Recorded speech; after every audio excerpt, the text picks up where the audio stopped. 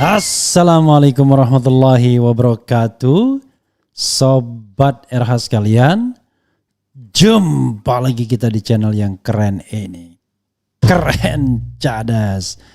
Ya Sobat RH sekalian, saya mendapatkan tulisan yang menarik ya dari Agus Maksum, kader dari DDI ya, Dewan Dakwah Islamiyah, dan juga murid dalam tanda kutip dari Muhammad Natsir, seorang pejuang, pahlawan nasional, pernah menjadi Perdana Menteri dan terkenal dengan mosi integralnya yang membuat Indonesia kembali menjadi negara kesatuan Republik Indonesia setelah sebelumnya akibat dari KMB, Konferensi Meja Bundar, dan pengakuan kedaulatan tanggal 27 Desember 49, Indonesia menjadi negara RIS, Republik Indonesia Serikat.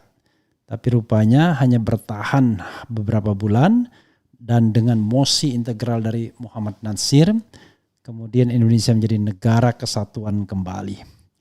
Ini ada tulisan yang menarik yang disampaikan Agus Maksum kepada saya, dan juga saya mendapatkan forwardnya dari Rizal Ramli, yaitu mengenai sejarah yang tidak pernah terungkap atau tidak pernah diungkap, bagaimana hormatnya Jepang kepada M. Natsir.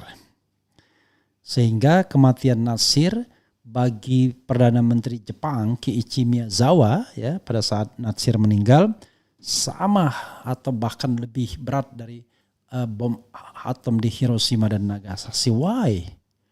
Rupanya cerita ini yang kemudian membuat begitu dihormatinya Natsir di Jepang. I don't know exactly kalau sekarang, tapi coba kita bacakan cerita ini, dan pada generasi muda milenial mudah-mudahan ini bisa memberikan informasi. Dan Natsir adalah segelintir tokoh yang punya integritas ya, sampai dia meninggal tidak neko-neko orangnya, dan betul-betul contoh hidup dari good governance dan clean government seperti halnya Muhammad Hatta. Karena mereka memadukan ilmu dunia dan ilmu akhirat. Jadi mereka pandai, cerdas, punya kemampuan, tetapi juga punya integritas karena dipayungi oleh nilai-nilai agama yang mereka yakini. Dan itulah contoh sempurna ya, seorang pemimpin yang harusnya dipunyai generasi setelah Natsir, ya generasi kita ini. Coba kita bacakan apa yang dituliskan Agus Maksum ini, dan tulisan ini sudah di forward kemana-mana. Agus Maksum itu sendiri dia mengatakan sebagai kader apa ya, atau murid. Jadi DDII Jatim ya, Dewan Dakwah Islamiyah Jatim. Kemudian kisah ini ada juga berdasarkan penuturan Hamadasan dan Kotaro Kandasan pada Agus Maksum dalam berbagai kesempatan. Coba kita bacakan ya, saudara sekalian, dan mudah-mudahan sobat tertarik dengan kisah ini karena sangat inspiratif dan membanggakan sekaligus mengharukan ya. Bagaimana seorang tokoh Indonesia dihormati Jepang, dan penghormatan yang sangat luar biasa karena ternyata dia memberikan jasa yang besar kepada kemajuan Jepang setelah kalah dalam Perang Dunia Kedua. Kita baca ya, kisah Pak Natsir yang tidak pernah diceritakan dalam sejarah. Pak Natsir, begitu kita sering memanggil beliau, bukan Kiai Natsir atau Haji Natsir, sebuah nama panggilan yang biasa untuk siapa saja, panggilan sederhana yang menunjukkan kesederhanaan hidup beliau. Saya mungkin termasuk generasi paling akhir dari kader Dai Dewan Dakwah Islamiyah Indonesia yang masih punya kesempatan bersentuhan langsung dengan beliau, walau tidak lama sejak 1991, dan beliau meninggal Februari 1993. Saat mendengar Pak Natsir meninggal, kesedihan mendalam bagi seluruh kader dan Dai Dewan Dakwah KBDDII. Saat itu saya pun langsung pergi ke kantor Dewan Dakwah Jawa Timur. Sudah cukup banyak warga Dewan Dakwah berkumpul untuk mengonfirmasi berita meninggalnya Pak Natsir. Saya pun duduk di dekat telepon yang berfungsi sebagai mesin fax atau faksimil. Sebuah mode teknologi paling canggih pada waktu itu untuk mengirim dokumen.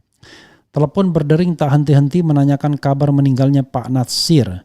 Tapi tiba-tiba telepon masuk berhenti karena ada fax masuk dari DDII Pusat Jakarta. Pelan-pelan terbaca bunyi teks dari mantan Perdana Menteri Jepang Takeo Fukuda. Dari Takeo Fukuda ya. Saya pun kaget, wah berita meninggalnya Pak Natsir telah sampai Jepang rupanya, dan langsung mengirimkan ucapan duka. Dari mesin fax mulai terlihat bunyi ucapan duka yang tercetak pelan tapi pasti. Saya tidak sabar membaca ucapan dukanya. Saya merasakan dahsyat sekali bunyi ucapan duka dari Jepang ini. Mendengar Muhammad Natsir meninggal rasanya lebih dahsyat dari jatuhnya bom atom di Hiroshima, duka yang sangat mendalam dari kami di Jepang. Kaget sekali saya baca ucapan itu, dahsyat sekali. Cepat saya potong kertas fax yang lembek itu dan saya sampaikan pada Ketua DDII Jatim almarhum Haji Tamad Ansori Ismail. Pak Tamad, ini ada ucapan duka cita dari PM Jepang, bunyinya begini. Pak Tamad juga kaget juga. Takeo Fukuda ya. Maksum, kamu baca lagi. Sekali lagi saya baca dengan keras supaya semua yang berkumpul di situ mendengar. Mendengar Muhammad Natsir meninggal rasanya lebih dahsyat dari jatuhnya bom atom di Hiroshima. Duka yang sangat mendalam dari kami di Jepang. Semua terdiam. Saya tanya Pak Tamad, ada cerita apa? Ada hubungan apa Pak Natsir dengan bangsa Jepang Pak? Pak Tamad menjawab datar, Pak Natsir kan mantan Perdana Menteri, jadi ya mungkin pernah ada hubungan diplomatik yang spesial dengan Jepang. Gitu saya jawab, beliau tanpa tahu hubungan spesial apa yang dimaksud. Saya tidak puas dengan jawaban Pak Tamad. Saya tanya pada tokoh yang lebih senior dan lebih sepuh. Beliau adalah Ketua Dewan Suro Dewan Dakwah Jatim, yang juga Ketua MUI Jatim. Beliau sebaya dan teman seperjuangan Pak Natsir, Kiai Haji Misbah. Kiai Misbah juga tidak bisa menjelaskan maksud di balik ucapan dahsyat dari mantan PM Jepang tersebut. Sekali lagi Takeo Fukuda ya. Aneh ini dalam benak saya, ini ucapan duka yang luar biasa dan tidak biasa, pasti ada kisah yang luar biasa. Saya simpan pertanyaan itu lebih dari 10 tahun dan tidak ada satupun tokoh yang bisa menjelaskan makna ucapan itu. Sampai akhirnya pada tahun 2003 saya berkenalan dengan diplomat senior Jepang di Jakarta bernama Hamada San. Hamada ya namanya, San itu biasanya panggilannya. Saya sering ngobrol dan ngupi-ngupi bersama Hamada San. Kita saling berkenalan dan bertukar cerita sejarah Jepang dan Indonesia. Sampailah pada obrolan aktivitas saya dan lain-lain, dan saya menceritakan bahwa saya aktif di organisasi Dewan Dakwah Islamiyah yang didirikan Pak Natsir, dan saya mungkin generasi terakhir kader Dewan Dakwah yang masih bertemu secara langsung oleh Pak Natsir. Secara langsung dengan ya. Tanpa saya duga, tanpa saya nyana, Hamada San lalu membungkuk memberi hormat. Saya pun kaget, ada apa Hamada San kok begitu? Saya terharu juga nih. Setelah itu beliau agak lama terdiam sambil matanya menerawang. Beliau bertanya pada saya, apakah kamu tahu nama Laksamana Maida? Ya, saya tahu. Jadi Laksamana Maida itu memang terkenal ya, ketika Indonesia mau merdeka, dia termasuk yang memfasilitasi para pahlawan ya. Apakah kamu tahu namanya Nakashima San? Wah, saya tidak tahu. Apakah kamu tahu Raja Arab Saudi, Raja Faisal? Ya, saya tahu. Beliau Raja Faisal, Raja Arab Saudi yang sangat legendaris. Beliau punya hubungan spesial dengan Pak Natsir. Hamada San adalah diplomat senior Jepang yang sudah puluhan tahun bertugas di Indonesia. Jabatan beliau kalau tidak salah adalah Direktur Kebudayaan di Kedubes Jepang di Indonesia. Dia sangat mencintai Indonesia, dia sangat tahu sejarah Indonesia, dan bahkan saya banyak tahu sejarah Indonesia yang ada hubungannya dengan Jepang dari Hamada San. Beliau sangat betah bertugas puluhan tahun di Indonesia. Salah satunya adalah karena kisah yang akan dia ceritakan pada saya itu dan itu yang membuat Hamada tidak mau pindah-pindah tugas dan tetap berada di Indonesia hingga puluhan tahun. Sebelum beliau bercerita dengan beberapa bekal nama yang sudah beliau tanyakan ke saya sebagai aktor-aktor penting dalam kisah itu nantinya, Laksamana Maida, Nakashima San, Raja Faisal dan Muhammad Nasir, saya jadi teringat peristiwa 10 tahun lampau saat Pak Nasir meninggal itu. Saya ingat faksimili masuk dari mantan PM Jepang Takeo Fukuda. Sebentar Hamada San, serga saya, pada waktu Pak Nasir meninggal, saya berada di kantor Dewan Dakwah DDII Jatim dan saya membaca ucapan duka cita mantan PM Jepang yang dikirim ke DDII Pusat dan diteruskan ke kantor-kantor DDII Provinsi yang bunyinya begini. Mendengar Muhammad Nasir meninggal rasanya lebih dahsyat dari jatuhnya bom atom di Hiroshima. Duka yang sangat mendalam dari kami di Jepang. Ada cerita apa Hamada San hingga mantan PM Fukuda sampai membuat ucapan duka sedemikian dramatis dan dahsyat? Hamada San semakin tajam memandang saya, lalu sedikit meninggikan suara. Kamu baca ucapan duka cita mantan PM Fukuda itu? Ya, saya baca dan saya adalah orang yang pertama di DDII Jatim yang membaca dari mesin fax. Kamu benar-benar kader Pak Nasir kalau gitu. Tidak salah dan kamu tidak bohong bahwa kamu adalah kader Pak Nasir. Karena tidak banyak yang tahu tentang itu. Ucapan itu dikirim hanya untuk keluarga besar Pak Nasir dan kamu masih menyimpan memori itu hingga 10 tahun. Ya, jawab saya, karena ada sesuatu yang belum terjawab bagi saya. Ada kisah apa di balik ucapan duka cita yang dramatis itu? Saya bertanya-tanya pada banyak tokoh, belum ada yang bisa menjelaskan ada kisah apa sebenarnya. Itulah cerita yang hendak saya ceritakan, katanya. Jepang pada waktu itu mengalami situasi sulit akibat embargo minyak bumi dari Arab Saudi. Industri Jepang hampir kolaps. Semua industri butuh bahan bakar dari minyak bumi, tapi Jepang diembargo oleh Arab Saudi karena krisis Israel-Palestina. Berbagai upaya dilakukan pemerintah Jepang untuk mendapatkan pasokan minyak bumi. Berbagai cara dan upaya dilakukan pemerintah Jepang untuk mendapatkan pasokan minyak bumi. Salah satu diantaranya adalah lobby internasional. Salah satu lobby yang dilakukan adalah lobby atas saran Laksamana Maida. Laksamana Maida bagi Kaisar Jepang dianggap berkhianat dan tidak menjalankan perintah Kaisar Jepang. Dia memberikan ruang di rumah dinasnya pada Bung Karno, membuat teks proklamasi, juga menyerahkan senjata-senjata Nippon pada para pejuang kemerdekaan. Kaisar Jepang setelah bom atom Hiroshima dan Nagasaki menyatakan menyerah pada sekutu dan harus menyerahkan wilayah jajahannya pada sekutu serta menyerahkan senjata pada sekutu. Kehidupan Laksamana Maida setelah kembali ke Jepang sangat menyedihkan. Dia mendapat hukuman, juga dicopot dari militer serta tidak mendapatkan pensiun, kata Hamada.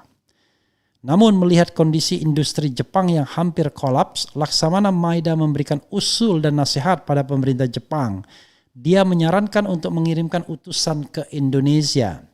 Laksamana Maida mengusulkan agar pemerintah Dai Nippon mengirim utusan ke Indonesia menemui Muhammad Nasir. Beliau pernah menjabat Perdana Menteri Indonesia tapi sekarang sudah tidak lagi berkuasa. Muhammad Nasir bahkan pernah dipenjara oleh rezim Soekarno, tapi beliau adalah sahabat baik Raja Faisal.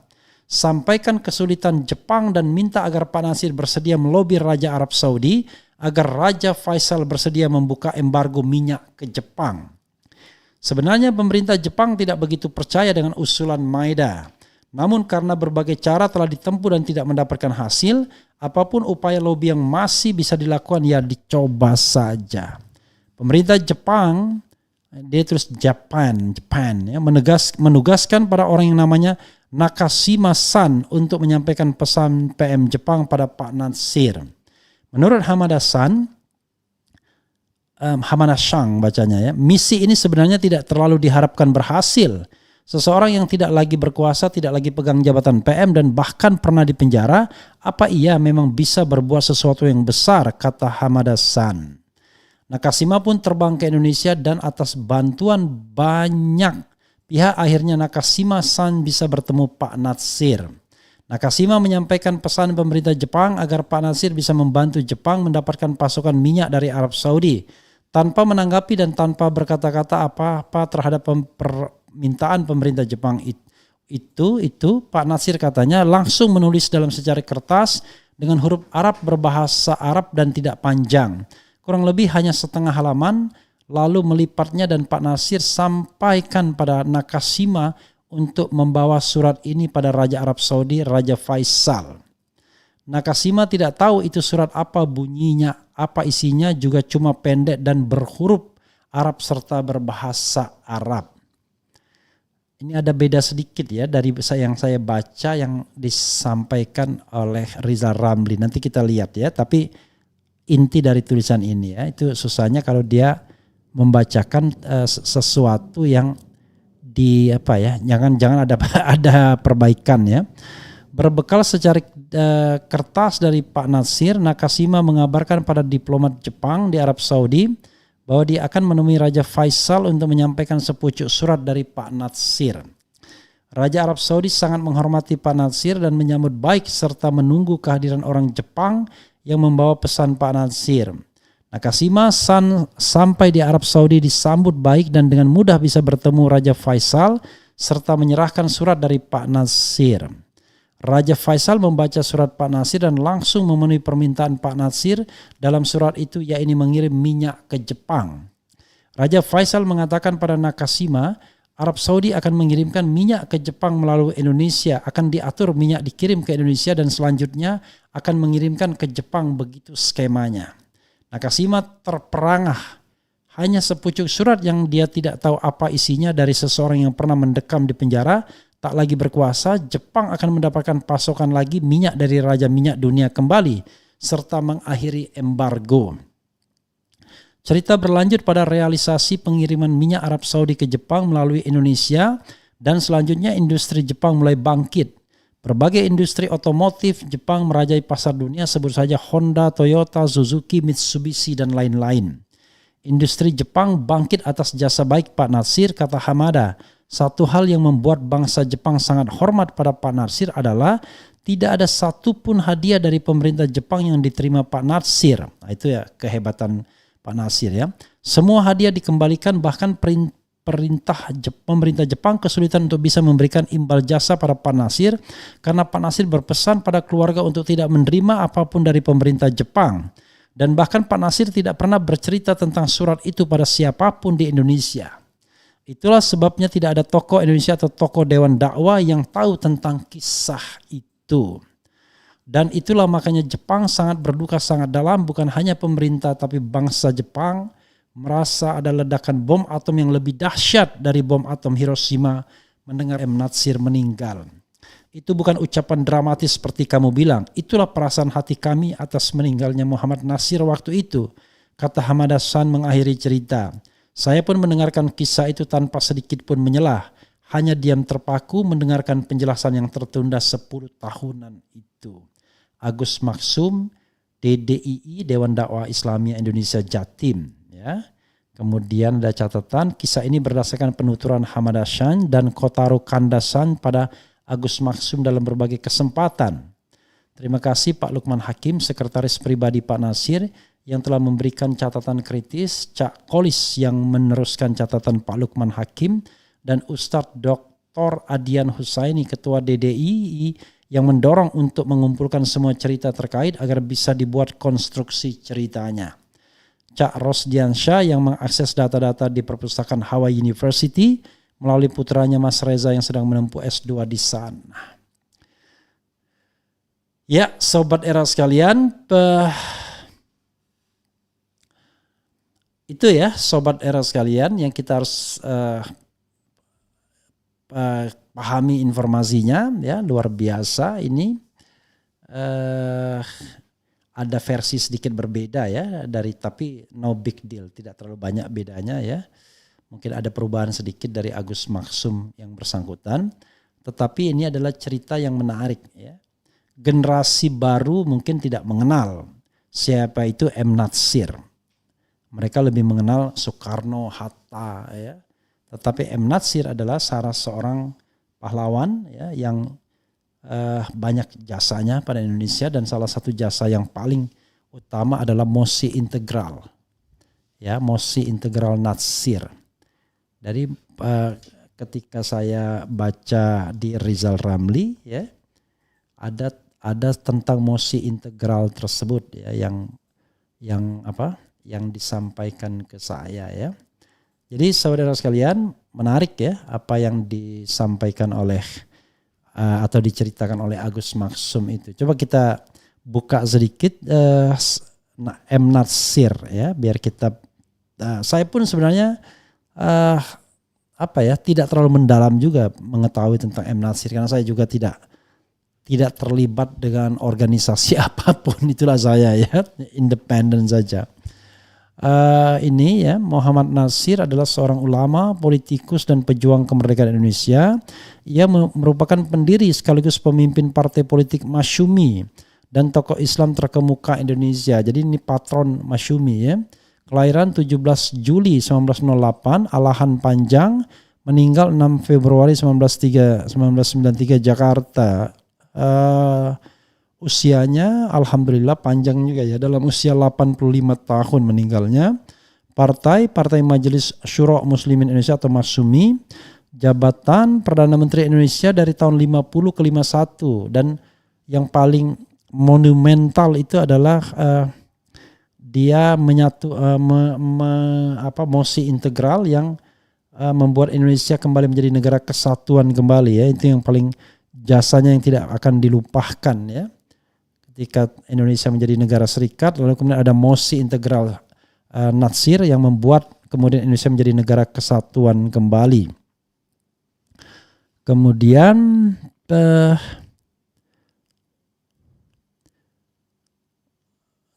ini ada anak satu cuma, ya. Itu saudara sekalian, ya, dari seorang yang sangat sederhana, ya. Dulu banyak sekali tokoh-tokoh yang luar biasa dari Partai Masyumi ini terkenal karena kepandaian dan kesederhanaannya. Demikian juga dulu ada partai kecil PSI, ya. Jadi kalau Masyumi adalah intelektual kanan, PSI intelektual tengah kiri. Kira-kira begitu. Walaupun orang mengatakan dia Soska, sosialis kanan, tetapi intinya adalah mereka diisi oleh orang-orang yang pandai, cerdas, ya. Masyumi, orang-orang seperti Natsir yang ada di Masyumi, ya. Kemudian di PSI ada Sujatmoko, almarhum Sujatmoko. Oke, coba kita lihat, ya, komentar saudara sekalian terhadap tema ini. Yang saya pahami bahwa tema ini adalah tema yang tidak ada kontroversinya, tapi di luar biasa, ya, bagi sejarah Republik Indonesia. Ini bilang kasus kriminalisasi Kiai Fahim belum pernah RH bahas. Sudah, kemarin saya wawancara dengan Babi Aldo, ya, itu sudah firm, ya. Babi Aldo mengatakan tidak ada masalah buktinya. Nanti dilihat lagi, ya, ditampilkan lagi, ada dengan interview saya dengan Babi Aldo yang dimuat kemarin, ya. Kemudian ulama tokoh berjasa besar menyatukan NKRI dari negara bagian menjadi NKRI. Kemudian Indonesia sangat, Sugiarto Sirep, Indonesia sangat merindukan sosok tokoh M. Natsir. Namanya akan senantiasa dikenang sepanjang sejarah. Kemudian AR Baswedan, pahlawan nasional, bahas juga Bang, biar para pendukung Jokowi melek matanya. Kalau asal-usul Anies itu jelas dan terhormat, bukan keturunan PKI seperti orang yang ada di buku. Oke. Iya, tentu kalau ada yang menarik, ya. Ini menurut saya tulisan yang menarik, ya, karena mengungkapkan satu fakta yang barangkali sebelumnya kita tidak pernah tahu. Kemudian pada akhirnya nasib Sandiaga Uno, apalagi ini, ya. Banyak pejuang di negeri ini yang sekaligus sebagai ulama mengusir penjajah tapi tidak dimasukkan dalam daftar pahlawan nasional. Lawan elit-elit PKI gaya baru pembenci para ulama di negeri ini. Apalagi, ya. yang sedang berkuasa saat ini anti Masyumi. Yang jelas Masyumi tidak lolos ya untuk verifikasi partai politik. Ada Masyumi Reborn ya. Kemudian Bang bahas perancang lambang Garuda Sultan Hamid Al-Qadri ya, Pontianak. Ya banyak Habib ya yang punya jasa bagi Indonesia. Salah satunya H. Mutahar, Habib juga. Menciptakan lagu 17 Agustus tahun 45 ya, benderaku berkibarlah bendera bukan ya, hari merdeka ya. Ayah saya sangat mengagumi tokoh M. Natsir. Dari cerita beliau bahwa M. Natsir sangat cerdas dan pandai dalam memberikan argumen-argumen. Jadi saudara sekalian, nanti bisa juga menikmati polemik antara Natsir dan Bung Karno ya dalam tulisan-tulisan tahun 50-an itu. Coba nanti kita buka lagi sejarah kita bagaimana cerdas dan berintegritasnya pahlawan-pahlawan nasional kita itu. Sehingga dia pantas disebut pahlawan nasional. Itu saja saudara sekalian, menarik ya untuk kita ketahui cerita tentang peran Natsir dalam kebangkitan ekonomi Jepang. Wassalamualaikum warahmatullahi wabarakatuh. Ciao.